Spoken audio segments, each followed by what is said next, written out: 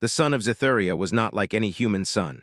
It burned with a pale blue light that touched everything in the capital city, filling the tall crystalline towers with soft reflections. From the highest tower of the royal palace, Princess Lyra watched the courtyard below. She had lived in this palace her entire life, surrounded by walls of polished metal and floors that seemed to glow under her feet. Everything here was designed to show power and order. But today, nothing in the palace could calm the storm inside her heart. Lyra had spent her life following the rules. She knew exactly what was expected of her: to study diplomacy, master the art of etiquette, and eventually enter a marriage that would strengthen her family's alliances. That marriage was coming soon. Prince Ralox from the neighboring system would arrive at the palace within days, and the ceremony would be held under the watchful eyes of the royal council. It was supposed to be a joyful occasion, a step toward peace between two powerful star systems. But Lyra felt nothing but dread. She paced along the balcony, her long silver robes brushing against the floor. Every step echoed in the quiet of the morning. The thought of being tied to a life she did not want made her stomach twist. She had tried to explain her feelings to her mother, the queen, but her words were dismissed. "Duty is not a matter of desire," the queen had said firmly, her golden eyes like polished coins in the sunlight. "You are the future of our people. Personal wishes cannot outweigh responsibility." She had always been told that her life was not her own to choose. Yet deep inside, a part of her refused to accept that fate. She wanted freedom to make her own decisions, to live as she wished. But how could she fight a system that had existed for centuries? How could one person challenge the will of the royal family and the council that governed their world? The palace doors opened quietly, and Lyra's trusted aide, Saren, stepped onto the balcony. Saren had been with her since childhood and understood her better than anyone. "You should not dwell on this so early in the morning," Saren said softly. His tone was gentle but firm, like a reminder rather than a command. "The council will notice if you seem unsettled." "It is impossible not to feel unsettled," she replied. Her voice trembled slightly, betraying her inner turmoil. "Every day I feel the walls of this palace closing in on me. Every step I take seems directed by someone else's hand. Perhaps you will find guidance in an unexpected place." Guards stationed along the outer walls raised their weapons, their antennas scanning the approaching object. "Incoming vessel," one of them shouted. "Identification unknown." Stories of their resilience, creativity, and courage had reached Zithuria only in fragments. Humans were known to survive impossible situations, to defy the odds, and to inspire even the most disciplined alien minds. But she had never met one in person. The vessel landed gracefully in the palace courtyard, kicking up a small cloud of blue dust. Its design was unlike any alien craft she had ever seen. Sleek and compact, it radiated both strength and elegance. A ramp extended from the hull and a figure stepped down. Lyra's breath caught. The being was human, tall and upright, with skin colored like warm sunlight and eyes that shone with quiet intelligence. His movements were calm but confident, each step precise and deliberate. Even in the midst of palace guards and curious servants, he carried an air of presence that demanded attention.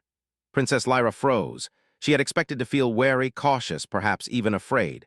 Instead, she felt a strange pull, a sense that this human was different from anyone she had ever encountered. Her heart raced, but not with fear. It was a strange, new feeling, a flicker of hope. "Princess Lyra," the human said in perfect galactic standard, his voice steady and clear. "I am Captain Ethan Ward of the United Earth Exploration Fleet. I come in peace as an observer and envoy." Her first thought was not about his title, his rank, or his mission. It was simply that he seemed alive in a way the rigid walls of her palace never had. The council members began to murmur among themselves. Some were impressed, others skeptical. But Lyra could not focus on them. She was captivated by the human, by his calm authority and the quiet determination in his gaze. She felt a strange shiver run through her body, a mixture of awe and fear. Saren noticed her reaction immediately. "Princess," he whispered, "remember yourself." They could improvise, adapt, and overcome. She realized that the stories were true, and yet seeing it in person made them even more astonishing. Ethan spoke again, addressing the council. "We have come to observe, to learn, and to offer assistance where possible. Our mission is not to interfere with your customs or your governance. We wish only to share knowledge and foster cooperation." Humans, it seemed, had mastered the art of presence, of making others recognize strength without needing to display it through force. Lyra felt a spark of inspiration. If humans could survive and thrive in the harshest environments, perhaps she, too, could find a way to break free from the chains of tradition. Perhaps there was a path she had never considered, a chance to live by her own choices rather than the expectations of the council. As the human was led on a tour of the palace, Lyra followed discreetly, her curiosity overpowering her sense of duty. She watched him interact with the palace staff, answering questions with patience, listening carefully, and offering solutions that seemed almost intuitive. Even the palace guards, usually skeptical of outsiders, found themselves adjusting their movements to accommodate him. Lyra's mind raced. Here was someone who acted not out of fear or obligation, but out of reason and courage. And yet he also had something she had never seen in any alien: empathy. He treated every being, every worker, every creature in the palace with respect, as if each mattered equally. It was a stark contrast to the rigid hierarchy of Xithuria, where even small mistakes could result in severe punishment. For the first time, Lyra imagined a life beyond the palace walls. A life where decisions were made by intelligence, compassion, and courage, not by tradition or fear. A life where she could be herself, not a symbol of duty. The human looked up suddenly, as if sensing her gaze. Their eyes met, and Lyra felt her breath catch again.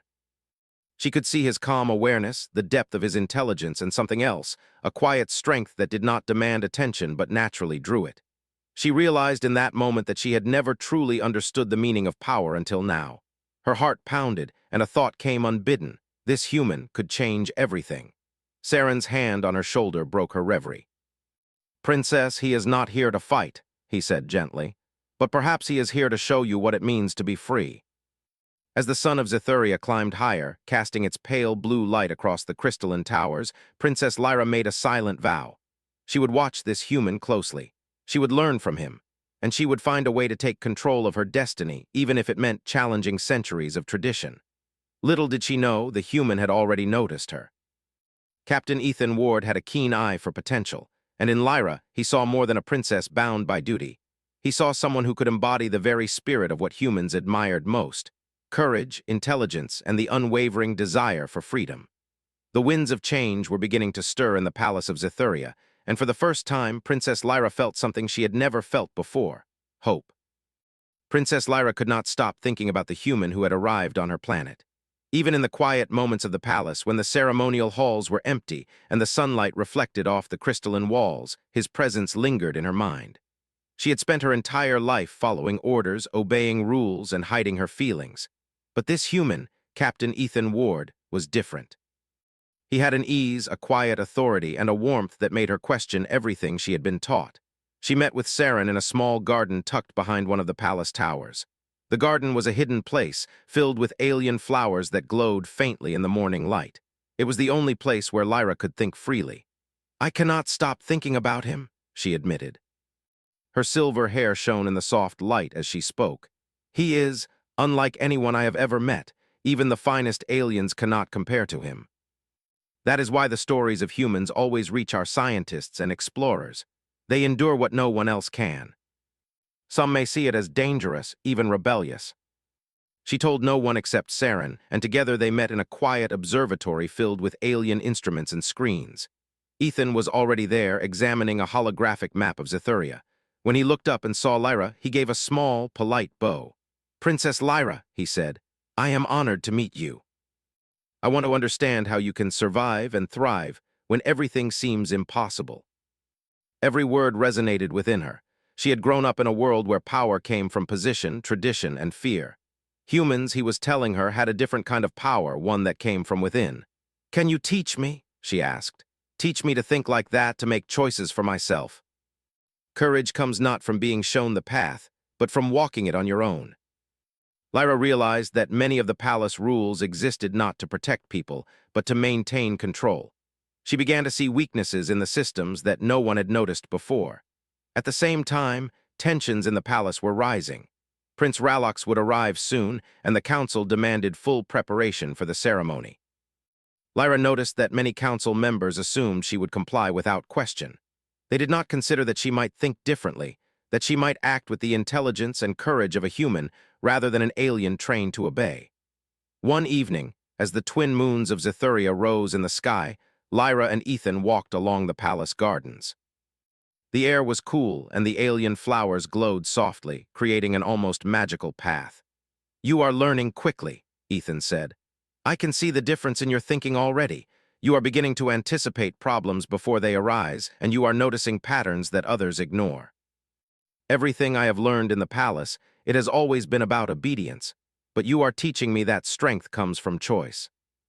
For the first time, she imagined a future where she was not just a tool of the council or a pawn in a political game. She imagined a life where she could choose her own path, make her own decisions, and face challenges with courage. But the palace was not blind to her growing change. Rumors began to spread. Servants whispered about the strange human who had arrived and the princess who seemed captivated by him. Guards exchanged concerned glances. Even some members of the council began to notice her late-night wanderings and her unusual curiosity about human strategy. Prince Ralox himself arrived days later.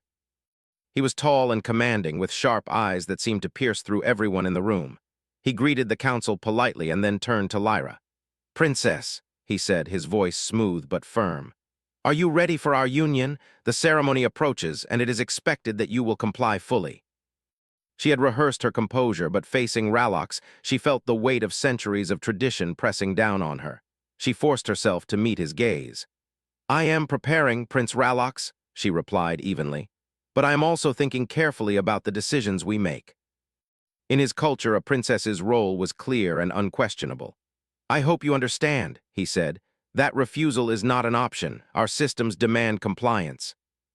But then she remembered Ethan's words. Courage comes not from being shown the path, but from walking it on your own. She straightened her back and held her head high. The days that followed were filled with tension. Lyra continued her secret lessons with Ethan, learning not only strategy and observation, but also how to remain calm under pressure. She practiced improvisation, solving problems creatively and anticipating the moves of others. She saw how humans relied on intelligence and adaptability, and she began to apply these lessons in subtle ways within the palace. One afternoon, as she walked through the halls, Lyra overheard two council members discussing the upcoming ceremony. "The princess is changing," one said quietly. "She is unpredictable. We must ensure she follows orders." That evening she met Ethan in the observatory once more. He smiled at her. "You are ready for more challenges," he said. "You understand now that power comes from knowledge and action, not fear or tradition. The next step is to test yourself. Observe, plan, and act within your environment. See what can be achieved." "I will not wait for others to decide my life. I will take control." She gazed at the stars stretching across the sky, imagining the vastness of the galaxy and the possibilities it held. For the first time, she believed that she could shape her own destiny. Humans had shown her that courage and intelligence could overcome even the strictest traditions. And now, she would use that knowledge to change her life, and perhaps the fate of her entire planet. But even as hope filled her heart, Lyra knew that the path ahead would not be easy. Prince Ralox would not yield without resistance, the council would watch her closely, and the people of Zithuria would not easily accept change. Yet she also knew that she was no longer alone. With the guidance of Ethan and the example of human resilience, she felt ready to face the challenges ahead. The winds of change continued to stir in the palace, and as Lyra stood under the glowing moons, she realized that her journey had only just begun. Humanity had arrived on Zithuria not just as visitors, but as teachers, and she was ready to learn. The palace of Zithuria had never felt so alive. Under the soft blue light of the twin suns, Princess Lyra moved through the halls with a new sense of purpose. Every step she took was deliberate, every glance careful, but most importantly, every thought belonged to her. She had learned from Captain Ethan Ward that true strength came from intelligence, courage, and freedom of choice. She had begun to think differently, act differently, and see the possibilities that others ignored. Yet, the shadow of the upcoming royal marriage hung over her like a heavy cloud. Prince Ralox was impatient. The council whispered constantly about the importance of tradition and duty, but Lyra was no longer willing to follow blindly. She knew she had to act with precision and intelligence, the same way humans did when faced with impossible odds. The first step was observation. Lyra began noticing details that others overlooked. She studied the movements of the guards, the timing of the council meetings, the way the palace corridors connected to the hidden service areas. She took mental notes on the security systems, learning how each mechanism worked and where it was vulnerable. Every detail was a piece of a larger puzzle, and she was determined to understand it fully before making a move. Ethan noticed her focus and approved silently. One evening, in the observatory filled with star maps and holographic charts, he spoke to her gently but firmly. "You are learning quickly, Lyra. Observation is the first step. Humans survive because they see what others cannot. They anticipate, adapt, and act. The same skills can help you take control of your life. If the Council or Ralox suspects I am planning anything, they will stop me immediately." She moved through hidden corridors, mapping escape routes, and discovering blind spots in the palace surveillance. She observed the Council's routines, noting when they were distracted and when they were most focused. She even spoke to the servants, learning small pieces of information they believed were insignificant but were valuable in understanding the larger picture. Each success filled her with confidence. For the first time in her life, she felt in control. She was not just a pawn in a political game, she was a player. And the more she learned, the more she realized that humans had been right. Strength came not from fear or position, but from intelligence, courage, and choice. Prince Ralox, meanwhile, grew increasingly impatient. He had noticed Lyra's unusual behavior, the late-night walks, the quiet determination in her eyes, the subtle changes in her demeanor. He spoke to the council privately. "The princess is becoming unpredictable," he warned. "We cannot allow any delay or hesitation. The ceremony must proceed exactly as planned." They had seen many princesses comply without question.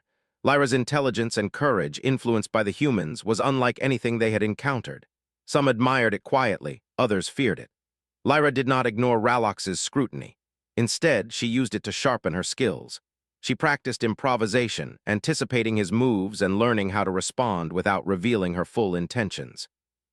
She observed him during meetings, noting his habits, his strengths, and his weaknesses. Humans thrived in situations where the odds were against them, and she was learning to do the same. One day, she received a message from Ethan. It was simple, but its meaning was profound. Observe, adapt, act. Lyra took the message to heart. She knew that the next step required boldness. The wedding ceremony was approaching, and Ralox would not wait forever. If she wanted to maintain her freedom, she needed to act before it was too late. She began by subtly testing the palace's security. During routine inspections, she noticed a door that was often left unlocked, leading to a storage area beneath the main hall. She memorized its location, noting the guards, patrol schedules, and the timing of their shifts. It was not much, but it was a start, a way to move unseen if she needed to. Lyra also began practicing her communication skills. She spoke to the palace staff in quiet whispers, asking questions and gathering information without drawing attention. Servants who had once been invisible to the council now became her allies in subtle ways. They trusted her because she treated them with respect, something humans understood instinctively. Through these actions, Lyra felt a growing sense of power. She was no longer simply waiting for her fate, she was shaping it. Each day, she became more confident in her ability to make decisions, to anticipate problems, and to act with intelligence.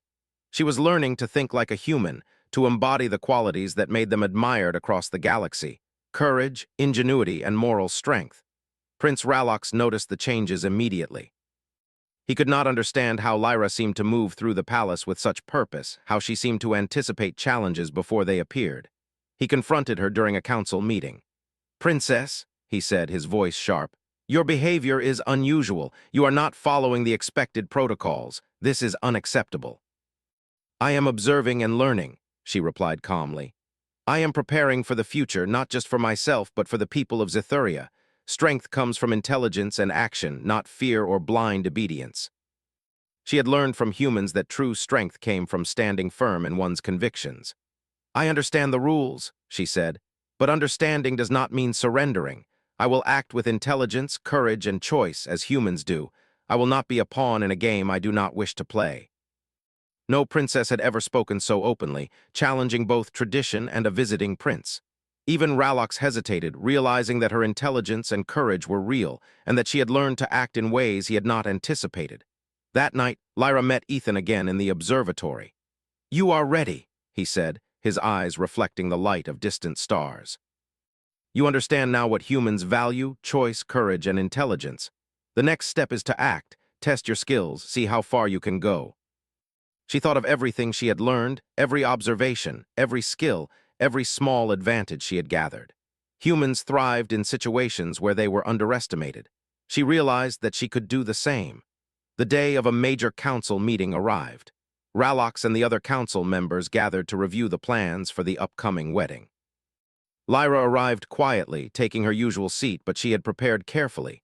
She had memorized the schedule, anticipated the council's objections, and mapped out her subtle moves. As the meeting progressed, she began to act.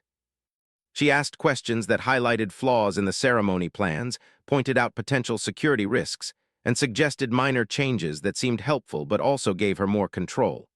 The council members were impressed, some silently amazed, others wary of her growing independence. Ralox, however, was growing impatient. He noticed that Lyra was subtly undermining his authority, not directly, but through intelligence and observation. "Princess," he said sharply, "this is not the time for games. The ceremony must proceed as planned. Humans understand this, and I have learned from them." She had taken her first real steps toward independence, testing her skills and observing the results. She knew that the path ahead would be difficult, that Ralox would not give up easily, and that the council would continue to watch her closely. But she also knew that she was no longer powerless.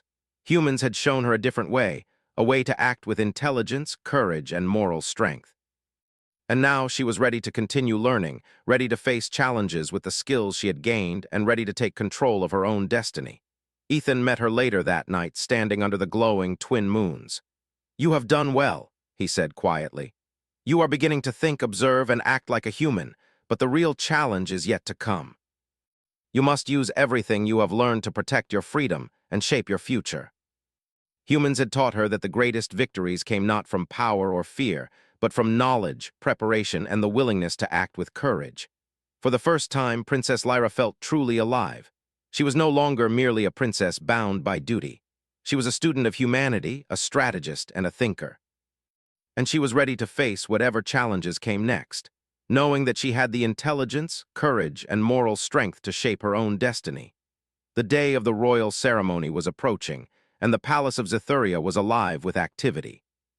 Servants hurried through the hallways carrying decorations, technicians checked security systems, and council members met repeatedly to ensure every detail of the event was perfect. Everything was designed to maintain tradition, to ensure the princess would appear obedient, and to secure the political union between Lyra and Prince Ralox. But Lyra had changed. She moved through the palace with quiet confidence, her eyes always scanning, always observing. She had learned from Captain Ethan Ward that true power came from intelligence, courage, and adaptability. She had prepared carefully, learning the weaknesses in the palace system, understanding the guards' patterns, and quietly gaining allies among the staff. For the first time in her life, she felt she had a chance to shape her own destiny. Her movements were subtle but deliberate. She would enter a hallway a few minutes earlier than the scheduled inspection, allowing her to observe guards without being noticed. She would linger in quiet corners to overhear conversations, picking up small but important pieces of information. Servants who had once been invisible became her allies, providing her with intelligence and guidance. Every step she took was like a chess move, calculated and precise. Prince Ralox arrived days before the ceremony. His presence was commanding, his sharp eyes taking in every detail of the palace. He immediately noticed the subtle changes in Lyra's behavior, the way she moved confidently, the way she questioned minor details, and the intelligence in her gaze. He was accustomed to princesses who obeyed without question, and this one was different. It both intrigued and unsettled him. "You continue to act as if you have freedom," Ralox said during one meeting. His voice was calm but carried an undercurrent of warning. "You should understand that your role is predetermined. The ceremony is not a negotiation. I must consider the consequences of every action, for myself and for the people of Zithuria." In the days leading to the ceremony, Lyra began subtle maneuvers. She rearranged minor decorations in the ceremonial halls, not to defy orders, but to test the palace's reaction and observe how the staff would respond under pressure. She quietly mapped alternative routes through the palace in case she needed to move unseen. She tested the timing of guards and learned which corridors were least monitored. Every observation brought new confidence. Ethan watched her progress with quiet approval. One evening, under the soft glow of Zithuria's twin moons, he spoke to her. You have learned much, Lyra. You understand the value of observation and preparation, but now comes the true test, the moment to act. You will face pressure, fear, and expectation. Remember what humans do, they act with intelligence, courage, and moral strength. That is how they overcome impossible odds. But if she succeeded, she could redefine her destiny and inspire others with courage and intelligence. The morning of the ceremony arrived. The palace was decorated with glowing banners and intricate sculptures, each symbolizing centuries of tradition. Guards lined the hallways, their movements precise and coordinated. The council members took their places, and Prince Rallock stood confidently near the ceremonial stage, expecting compliance. Lyra moved through the palace calmly. Her silver robes flowed around her as she navigated the corridors she had memorized, checking minor details and ensuring that her preparations were in place. Every observation she had made, every lesson from Ethan, guided her actions. As the ceremony began, the palace was filled with dignitaries, visitors from neighboring systems, and members of the council. Lyra walked toward the ceremonial hall, each step deliberate. The eyes of the audience followed her, expecting obedience, expecting fear. But Lyra felt none of that. She felt control. She felt clarity. She felt the courage that humans valued, the courage to act despite danger and expectation. Prince Rallock stepped forward as she entered. "Princess," he said smoothly, "it is time." She had memorized the sequences, understood the security protocols, and ensured that even if Rallox tried to force compliance, she would have options. "I cannot," she said calmly, her voice carrying clearly across the hall. The words echoed, and a hush fell over the assembly. "I cannot proceed with this marriage." Rallox's eyes narrowed and his jaw tightened. "You dare refuse?" he demanded. Lyra held her ground. "I do not refuse out of rebellion," she said. "I refuse because I understand the consequences and the responsibilities of choice. Strength comes from intelligence, courage, and moral action, not blind obedience." Lyra had never spoken with such authority before, yet every word resonated.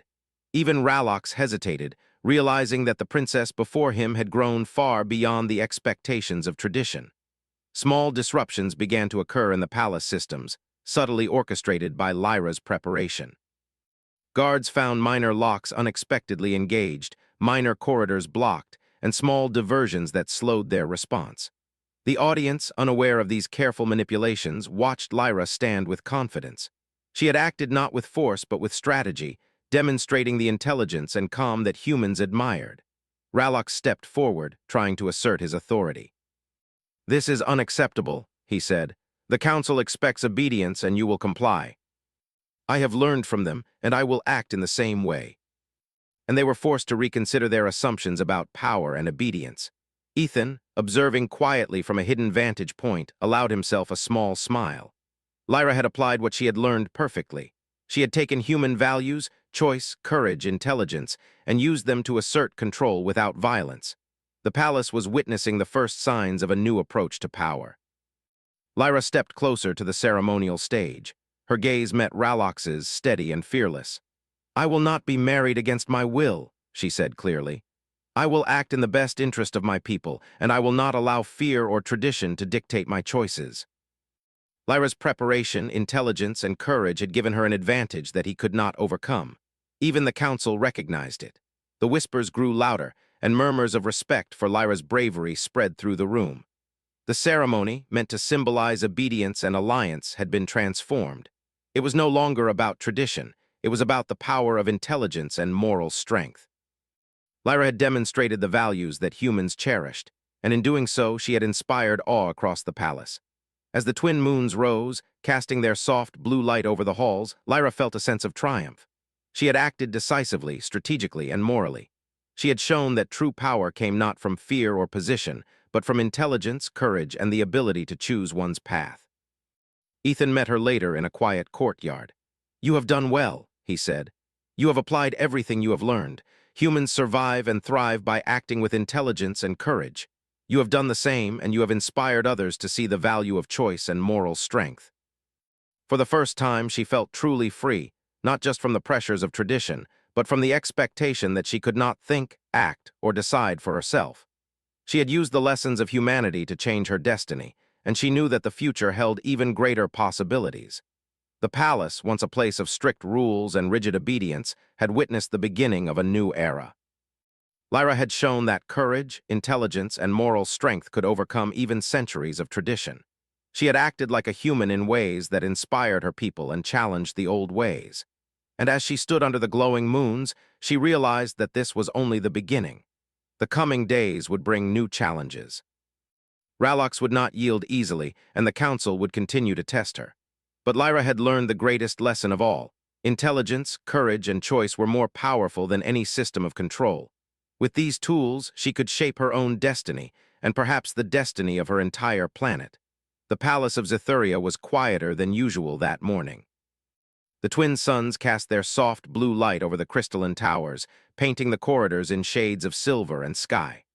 Princess Lyra moved through the palace with calm determination. The previous days had tested her courage, intelligence, and resolve, but she had proven to herself and the council that she was no longer the obedient pawn they expected her to be. She had learned from humans, Captain Ethan Ward in particular, that true strength came from courage, moral choice, and the clever use of intelligence. Now it was time to ensure her decisions had lasting impact. Prince Ralox had grown more restless by the hour. His sharp eyes scanned every hallway, every gathering of the council, and every glance Lyra gave in his direction. He could feel that her mind was active, plotting, analyzing, and preparing.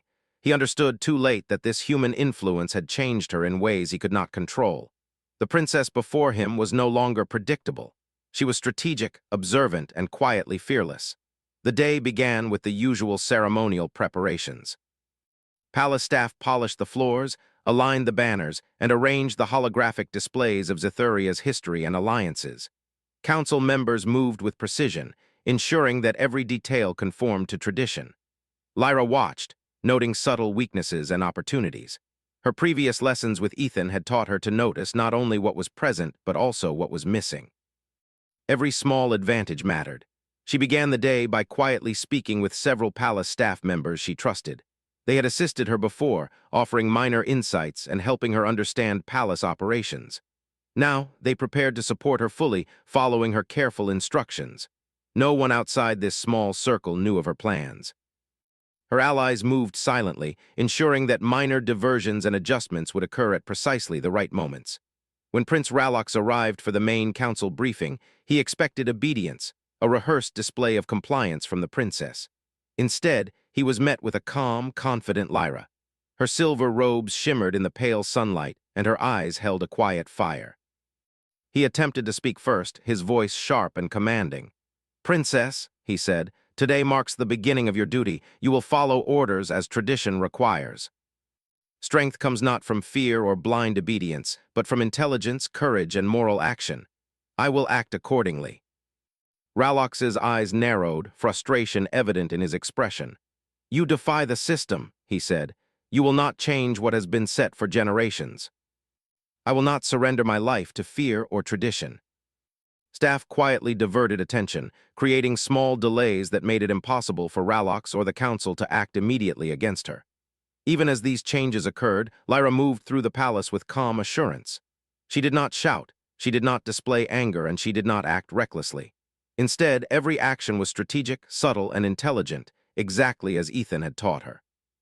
Humans succeeded not by brute force, but by clever planning, careful observation, and courageous action. Lyra was putting these lessons into practice perfectly. Ralox tried to assert his authority, demanding that the ceremony proceed exactly as planned. "Princess," he called, his voice echoing across the chamber, "I insist you follow the orders of your council and your elders. There is no choice but compliance. I have learned from humans how to act in such a way, and I will act." The palace staff, who had quietly assisted her, continued their subtle diversions. By this point, even Ralox's most trusted aides were struggling to anticipate the princess's moves. Minor disruptions delayed him from taking any direct action. Lyra walked calmly toward the ceremonial hall, mapping each step as she went. When she entered the hall, all eyes turned toward her. The visitors from neighboring systems, the council members, and even Ralox himself watched in stunned silence. Lyra's presence alone conveyed authority, confidence, and moral clarity. It was clear that she was no longer a princess bound by duty. She was a strategist, a thinker, and a leader. "I cannot marry against my will," Lyra said, her voice steady and strong. "I will not be a pawn in a political game. I have learned to act with intelligence, courage, and moral understanding, and I will use these qualities to choose my own path. Even Ralox hesitated, realizing that he could not force compliance without undermining his own authority in front of the council and the guests. Ethan, observing from a discreet position, allowed himself a quiet nod of approval. Lyra had not only applied the lessons she had learned, but had done so flawlessly under extreme pressure. Humans succeeded because they acted decisively and wisely, using courage, intelligence, and moral strength. Lyra had embodied all of these qualities. The guests, initially uncertain, began to murmur among themselves. Many recognized the significance of what they were witnessing. A princess had taken control of her destiny, not through aggression, not through rebellion, but through preparation, intelligence, and courage. Her actions demonstrated the very qualities humans were admired for across the galaxy. Prince Ralox, realizing that further insistence would only weaken his position, stepped back reluctantly. His sharp gaze met Lyra's, and for the first time he acknowledged that she had outmaneuvered him. "You have changed the rules of this ceremony," he admitted, though his voice was quiet. "I did not expect such capability. I hope you will understand that this is not disrespect, but clarity and preparation." The palace, once a place of strict rules and obedience, had witnessed a new kind of power, one inspired by humans, grounded in moral strength and clear thinking. The council reconvened later, quietly acknowledging Lyra's unprecedented display. Some whispered in admiration, others in cautious respect. It was clear that the old ways had been challenged, but not through force or anger. Lyra had demonstrated that intelligence, courage, and moral choice could redefine power and authority. Ethan approached Lyra afterward, standing under the soft glow of the twin moons. "You have done remarkably well," he said. "You have applied everything you have learned, and you have shown the strength of humans in action. You have not only saved yourself from being forced into a life you did not choose, but you have also inspired others to recognize the value of courage, intelligence, and choice. I have learned how to stand for myself and for the people who will follow my example. You chose to act, and that is what makes the difference." She felt the power of choice, the satisfaction of intelligence applied wisely, and the quiet triumph of courage exercised correctly. The winds of change continued to stir across Zithuria. The palace, once rigid and bound by centuries of expectation, now held the promise of a new era. Lyra had shown that humans, through their intelligence, courage, and moral strength, could inspire even the most entrenched systems to reconsider their ways. She had acted decisively, strategically, and morally, and in doing so, she had secured not only her freedom but the possibility of a better future for her people. With a calm heart and a determined mind, Princess Lyra knew that her journey had only just begun. Humans had shown her the way, not through dominance or force, but through example, intelligence, and courage. And now she would continue to walk that path, shaping her destiny and inspiring those around her to embrace the strength within themselves. The galaxy had witnessed the beginning of something extraordinary. Zithuria would never be the same.